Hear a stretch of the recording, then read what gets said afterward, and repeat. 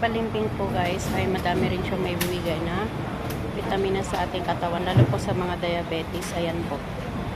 Yan ay makaka-reduce po sa kanila ng anti-diabetes. Ayan. Lalo po yung mga may diabetes na guys. Kumain lang po kayo ng maraming balimbing dahil maganda po ito sa katawan. Hindi lang po sa may mga diabetes. Ito po nakaka-reduce din sa high cholesterol, high blood pressure at maraming pang benefits sa ating katawan. Kaya guys, kumain po kayo ng maraming prutas. At yung ibang mga klase ng prutas naman po guys ay in moderation. Kasi hindi naman po lahat ng prutas na matatamis ay pwede nating kainin.